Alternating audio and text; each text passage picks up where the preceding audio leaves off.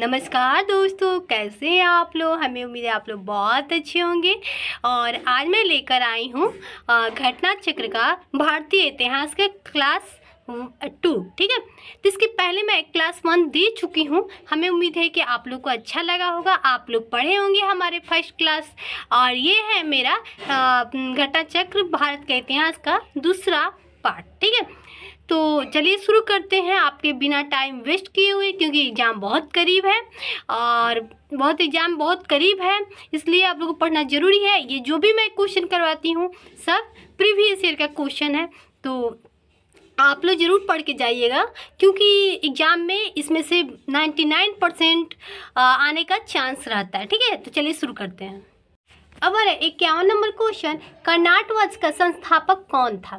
तो कौन था? नान्यद। ये क्वेश्चन आप लोगों को होमवर्क में दिए थे दोस्तों, तो चलिए बताते हैं, इसका आंसर ए हो जाएगा। ठीक है, अब 52 नंबर क्वेश्चन, कर्नाट वंश का अंतिम शासक कौन था? अंतिम शासक पूछ रहा है, तो हरि सिंह थे। इसका आंसर ए हो जाएगा दोस्तों। ठीक है, अब 53 नंबर क्वेश्चन, किस काल में अछूतों की अवधारणा स्पष्ट रूप से उद्धृत हुई थी?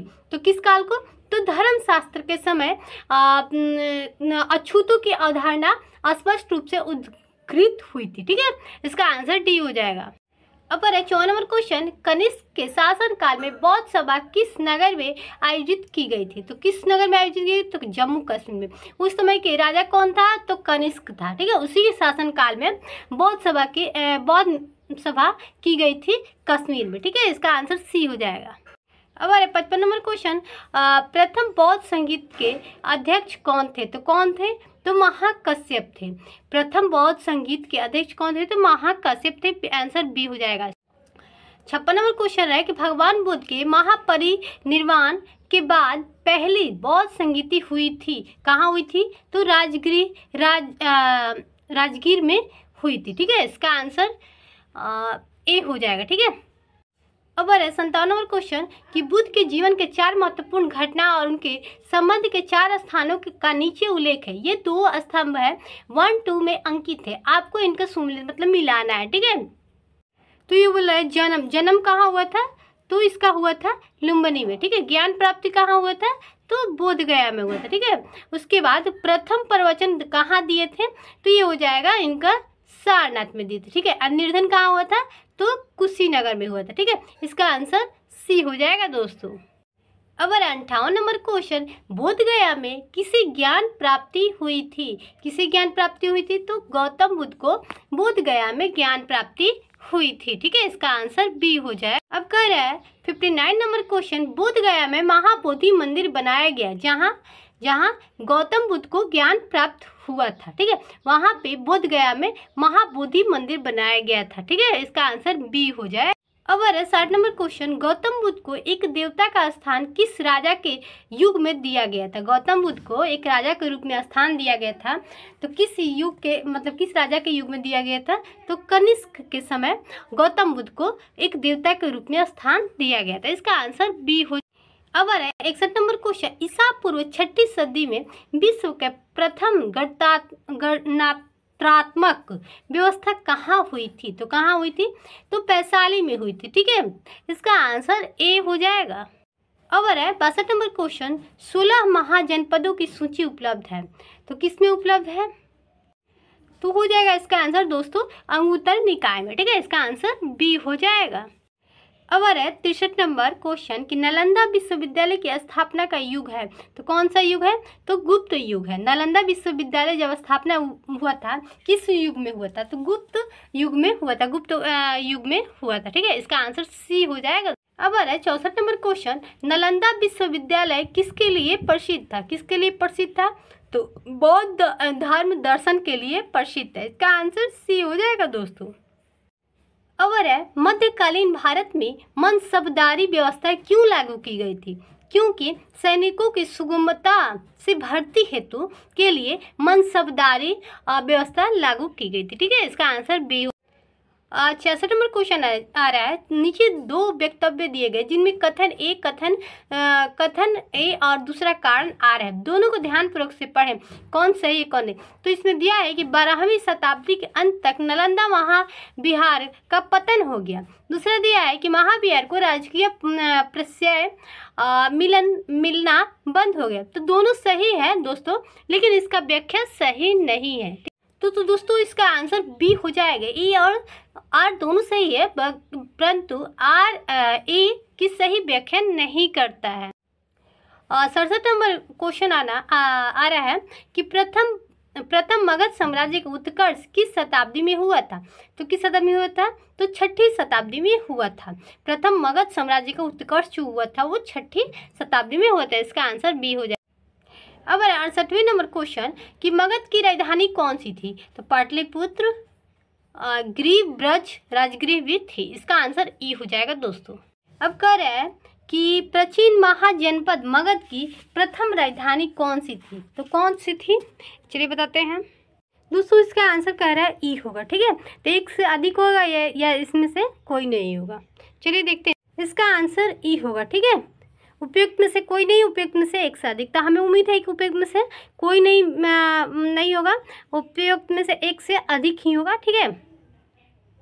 70 नंबर क्वेश्चन आ रहा है दोस्तों कि नंद वंश के पश्चात मगध पर किस राजवंश ने शासन किया था। मतलब नंद वंश के पश्चात मतलब पहले, नंद वंश के पहले कौन सा, मतलब बाद में नंद वंश के बाद कौन सा राजवंश की स्थापना, मतलब राजवंश ने शासन किया है, स्थापित हुआ।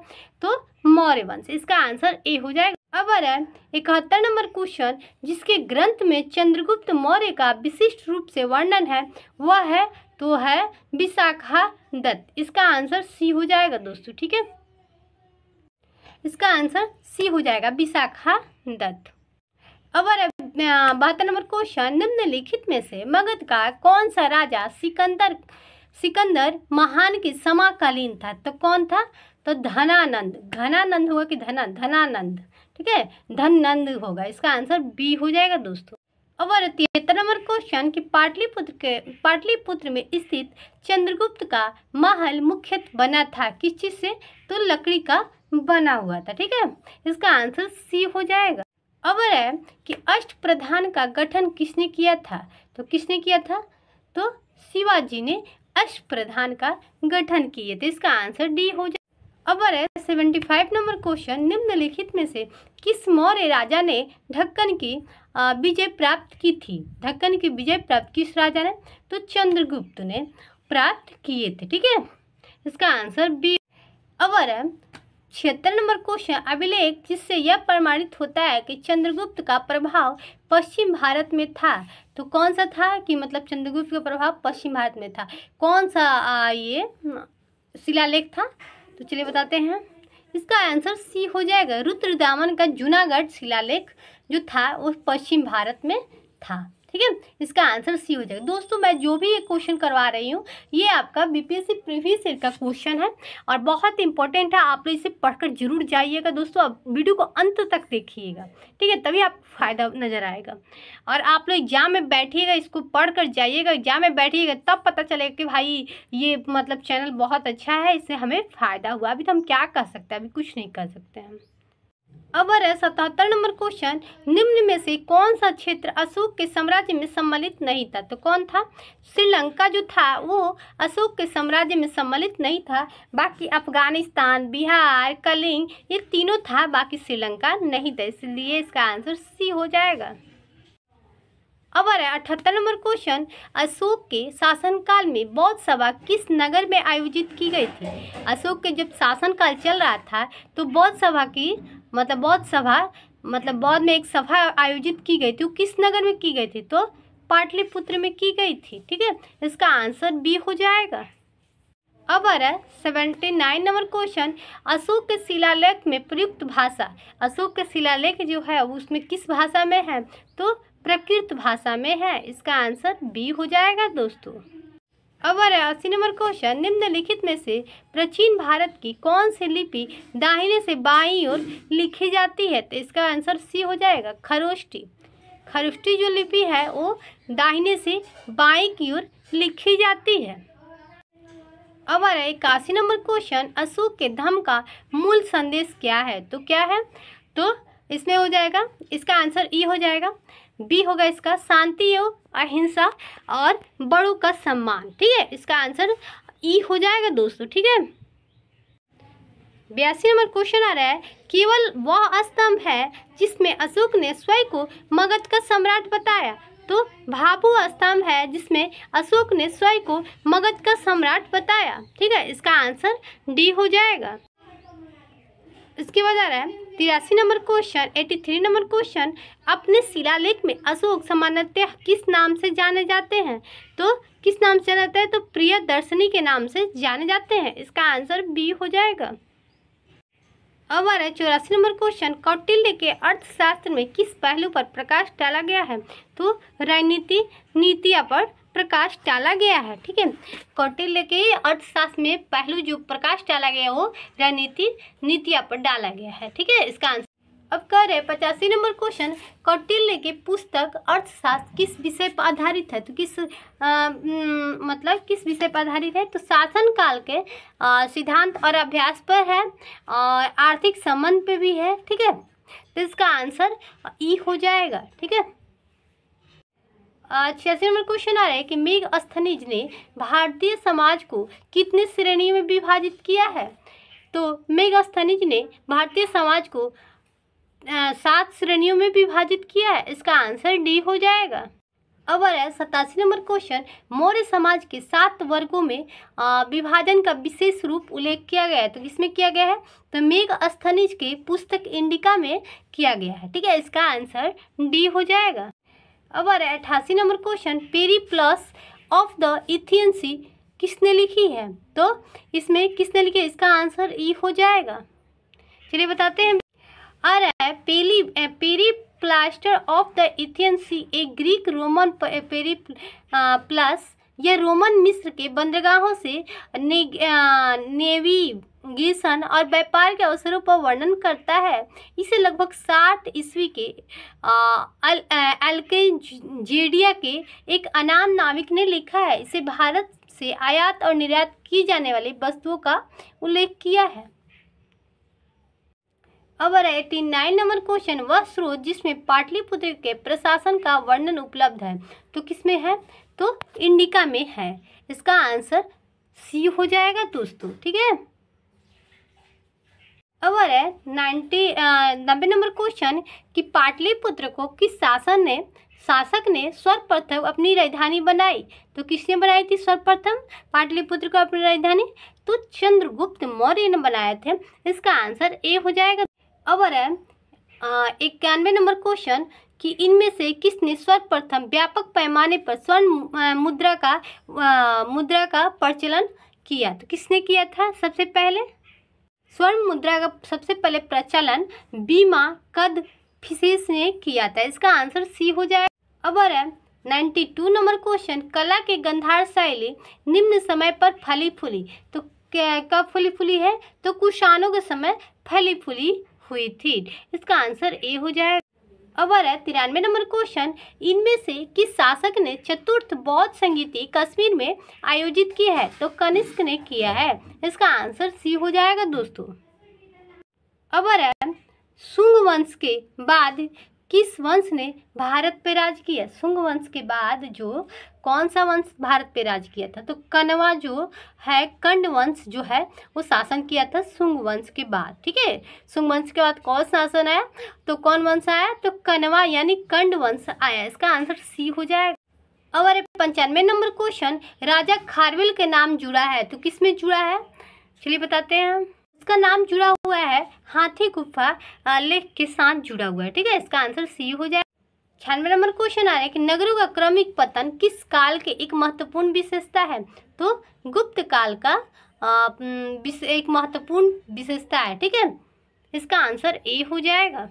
अब 97 नंबर क्वेश्चन, निम्नलिखित में से कौन सा बंदरगाह गुप्त काल में उत्तर भारतीय व्यापार के लिए उपयोग किया जाता था? तो इसका आंसर ई हो जाएगा। ठीक है, चलिए इसको विस्तार से समझते हैं दोस्तों। गुप्त काल में बंगाल के ताम्रलिपि एक प्रमुख बंदरगाह था, जहां उत्तर भारत के साथ दक्षिण पूर्व एशिया, चीन, श्रीलंका, जावा, सुमात्रा आदि देशों के साथ व्यापार होता था। पश्चिमी भारत का प्रमुख बंदरगाह भिक्कू कच्छ था, जहां से पश्चिमी देशों के साथ समुद्री व्यापार होता था। इसके अलावा कल्याणा तथा बम्बे से भी उत्तर भारतीय व्यापार होता था। अब करें 98 नंबर क्वेश्चन, किस शासक वंशों ने मंदिरों एवं ब्राह्मणों को सबसे अधिक ग्राम अनुदान में दिया था? तो गुप्त वंश। गुप्त वंश में मंदिरों का बनना शुरू हुआ, मंदिरों में पूजा पाठ शुरू हुआ, ब्राह्मणों को सबसे अधिक ग्राम अनुदान में दिया गया था, सबसे दान ब्राह्मण को दान दिया जाता है, ये किया जाता है, वो किया जाता है, कैसे मंदिर बनता है, सबसे ज़्यादा गुप्त वंश में हुआ था। गुप्त वंश के पहले कोई मंदिर नहीं था, ठीक है। अब ब्राह्मणों को कोई मतलब उतना ये नहीं था, ठीक है। इसका आंसर अब 99 नंबर क्वेश्चन, 99 नंबर कि गुप्त युग में भूमि राजस्व की दर क्या थी? तो उपज का छठा भाग था। गुप्त युग में भूमि राजस्व का दर उपज का छठा भाग था। इसका आंसर बी हो जाएगा। अब गुप्त काल में जो लोग राजकीय भूमि पर कृषि करते थे, उन्हें अपनी उपज का एक भाग राजा को कर के रूप में देना पड़ता था, जो षष्ठांश होता था। गुप्त अभिलेखों में भूमिकर को उद्दंड तथा भागकर भी कहा गया है, ठीक है। अब 100 नंबर क्वेश्चन कि भागवत संप्रदाय के विकास में किसकी देन अत्यधिक थे? किसकी देन अत्यधिक थी? तो गुप्त वंश का, ठीक है।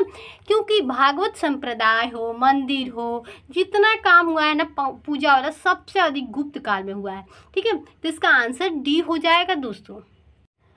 आज का क्वेश्चन ये रहा दोस्तों, आप लोग कमेंट करके जरूर बताइएगा कि इसका आंसर क्या होगा। इनमें से किसने पहली बार यह व्याख्या की थी कि पृथ्वी अपनी धुरी पर घूमने के कारण प्रतिदिन सूर्योदय एवं सूर्यास्त होता है? इसका आंसर आप लोग कमेंट बॉक्स में जरूर बताइएगा, अगर आप लोग क्लास पूरे तक देखते हैं तो, ठीक है। अब मैं जो भी क्वेश्चन करवाती हूँ ये प्रीवियस ईयर का क्वेश्चन है, इसमें से मतलब हर एग्जाम में आने का चांस रहता है, इसलिए आप तो जरूर पढ़िएगा और पढ़कर जरूर जाइएगा एग्जाम में। और आप लोग प्रैक्टिस सेट भी लगाइएगा, देखिएगा आप लोग कितना क्वेश्चन सही हो रहा है, ठीक है दोस्तों। तो आज मैं यहीं पे क्लास को एंड कर रही हूँ, फिर मिलती हूँ नेक्स्ट क्लास में। धन्यवाद दोस्तों।